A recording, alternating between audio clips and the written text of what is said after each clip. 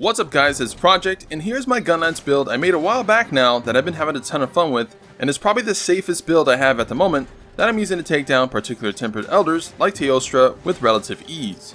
In a game where carding is a detrimental in multiplayer, even more so in limited tempered quests with harsher card limits, it's weird seeing many average players going for all-out damage builds when they themselves aren't really good enough to utilize the power of those builds, at least without dying. So here's an actual defensive type build that should make you die less, yet still being pretty powerful. I call this the Death Tank. A Gunlance build utilizing earplugs, hence death being a play on words to sort of sound like Death Tank. Get it? Anyways, this is a full burst playstyle, that is using combo 1 from my Gunlance combo video over and over again till the monster is dead. Make sure to check that video out to learn more about Gunlance and some combos. But the weapon to make the most of this combo is Pink Raytheon's Royal Burst. The best normal shot Gunlance in the game right now, as it has level 4 shelling level and statistically is pretty decent. For augments, you're going to want at least one slot. The other augment can be your choice between affinity or health regain. Because Gunlance shells aren't affected by normal modifiers, I throw all that crap out the window. No weakness exploit, no attack, nada. Instead, I go for earplugs level 5. This is important because this is both a defensive and offensive skill. This makes your hearing terrible, thus bypassing any roars. Seeing how Elder Dragons constantly spam roars like Nergigante or Teostra, what this allows you to do is be super aggressive, despite Gunlance being a more defensive type weapon, and because your shelling has no concern of weak spots, you'll get into full 200 burst damage even when they rear up on their legs to roar. So definitely a must have in my opinion for full burst builds. Since I use 3 bagels for armor, I also get Guts, which acts like second chance in that if you're hit above a certain threshold, you'll live with 1 HP left, so very handy in surviving so long as you're not on fire or taking damage from miasma. For other skills I get max artillery and capacity boost for maximum shell damage.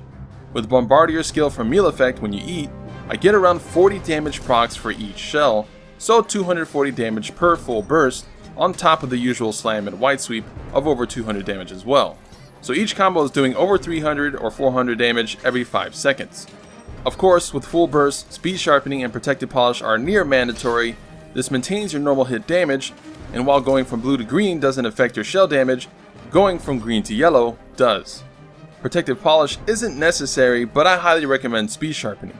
Spending less time sharpening equals more damage. And lastly are the weird skills that make this setup more defensive than usual, Vitality and Divine Blessing maxed out. I only have level 2 protection because I don't have the last gem, but you're going to want 3 of them for sure. But this is what's going to save your butt online from being a scrub and dying. Vitality level 3 equals 50 more health than anyone else, which means more survivability, and Divine Blessing will save your life even more with a 50% reduction in damage occasionally.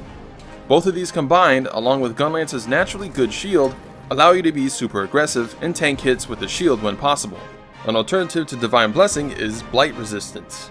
This can prevent status effects on you, which is particularly handy against practically every monster in the game. It also prevents fire from killing you if you activated Guts, otherwise you'll live with 1 HP, then the fire will do you in. So you can choose either that or Divine Blessing, depending on the fight. If I had Capacity Boost Gem, then I would replace the legs with Gushala's Beta Legs for Evade Extender, which would allow you to move faster with the weapon out.